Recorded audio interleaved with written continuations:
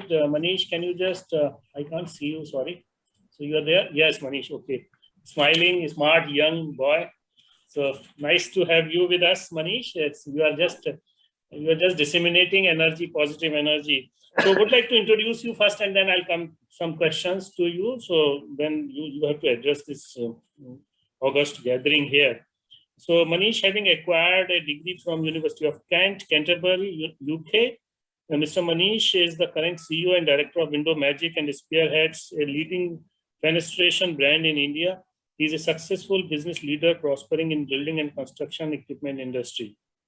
Manish played a significant role in transforming Window Magic into a profitable venture. His clear vision, commitment to quality standards, market and consumer foresightedness added new insights to Window Magic as a company. Manish holds distinct expertise in global strategic management, including development, expansion, and turnaround initiatives. His belief and understanding of future market trends have helped in popularizing all products in India. Manish has successfully established a reputation of being a dynamic, visionary, and strategic leader in the industry. In addition, he is on the steering committee of the Australia-India Youth Dialogue. He has also served as the president of Rotary Club of Kanpur, Gaurav. Thank you very much, Manish, for joining us. And as you are, again, we have many youths on this panel like Madhav, you, Sachin. We are considering Anurag, me, Ramashankar is little senior group. So I think you may influence our youth more than us.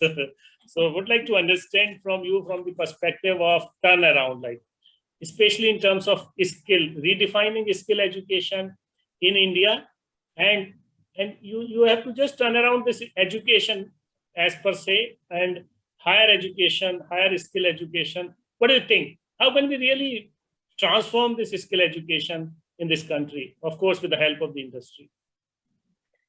Thank you, Professor Suri, and good morning, all my fellow participants here and the colleagues. So, Professor Suri, the point of transformation in terms of skill in today's time is very different. As my earlier participants have already spoken about the digitalization.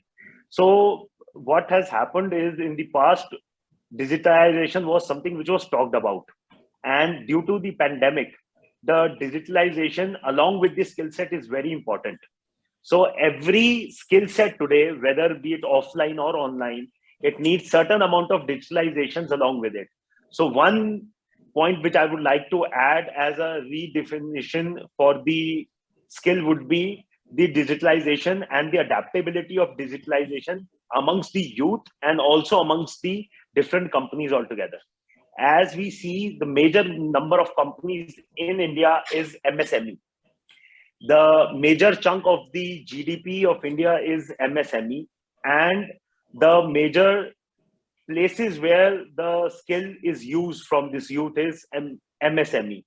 But what I would like to point out over here to my audience, which I'm assuming is major students and youths, is that that skill set is very important. But at the same time, what we are missing is everyone is talking about developing the skill. Everyone is talking about youth empowerment. But what about when they are acquired with that skill and how do they use it? The bigger question here is not acquiring the skill. The bigger question for me from my experience is that once you have that skill set, how do you utilize it in the terms when you get employed in a company? What is you bring on the table? And when you are on the job, what vision do you carry? From my experience, Professor Suri, people with good amount of skill set, they do not tend to stick to one profile. They want to change very frequently. In my view, the learning process stops there, because when you keep on adding new products to your learning skill, you cannot be master of one. From our experience, you have to master a product, master a service, and then only you will be able to excel in your career. Also, one point which I would like to chat upon is that when we are talking about skill development, what is also important in the skill development is, and especially for the Indian society to start thinking on it, is this women empowerment. That till the time we don't bring women to the same levels of skill development as a society, we would not be able to do equality, and the community at large will not improve. So that's all what I have to say here, Professor Suri. Oh, thank you very much, Manish, for being little crisp and very short. It's really, so we'll take some questions and then we'll come back to you. Thank you very much. We have very next question to, again, I think Manish, I would like to take him on. How can, how can we develop this industry's faith in the Indian skill development ecosystem and get their active involvement? It's a tricky question, Professor Suri. So the point, as this is very related to what I stated in my conversation earlier. So this faith has to be two ways, to be honest. So one, the industry faith in the skill is the skilled youth has to prove longevity, which all the participants would agree on this platform is that the skilled youth just out of college who has enormous amount of information and has enormous amount of energy to work, but at the same time the longevity of such participants is a question which we have experienced in the past. We have done a lot of recruitments through a lot of centers and we have tried our experiences. So that is one which needs to be improved as a longevity.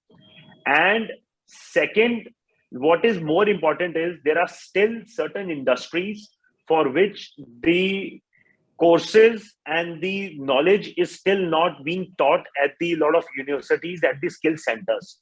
So a close connect with the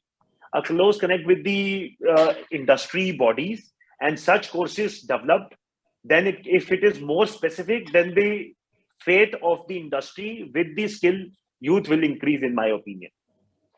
So thank you, Manish. It was really, so just to take on from here, another question is again related to your answer, and that would go to Mr. Anurag. I'll not just bother you much because he's from IT and he's also working with many colleges in a very easy way. Manish would like to say something on it also. Manish, just to add, thank you, Professor. Just to add to what Anuragji was said, I would also like to add here is that there is no age in terms of skill development. So when I want to say this is, I see a lot of youth who have developed themselves at a certain skill set, but when they get employed or when they start their career, so as you were saying that how can I improve my skill set? So there are ways that they can actually they can study themselves that which is the right way for them, because I see a lot of times the youth is under either a pressure from the family that you should choose this line, or there's a peer pressure that, okay, let's do this and do this. But however, his skill set is very different. So if he or she along the career, they choose the different skill set and start learning it, that can also try and prove to be better, because that will become a passion driven skill set. And we all know, and all our experiences, that passion driven skill set is better. Just to add a little bit here, Professor Suri, myself, I am in the fenestration business wherein we have to discuss MMs and square feet and square meters every day. And we have to calculate wind pressures. And trust me, I, as a background, have zero knowledge, and I probably still will make a mistake to convert from MM to square feet. So what I'm trying to say is you have to evolve during the course of your career and choose the right skill what you have, barring what you have learned in the previous times. That's what I wanted to add here. Very rightly pointed out, you have to upgrade yourself every day. Thank you very much. I would like to thank all my panelists.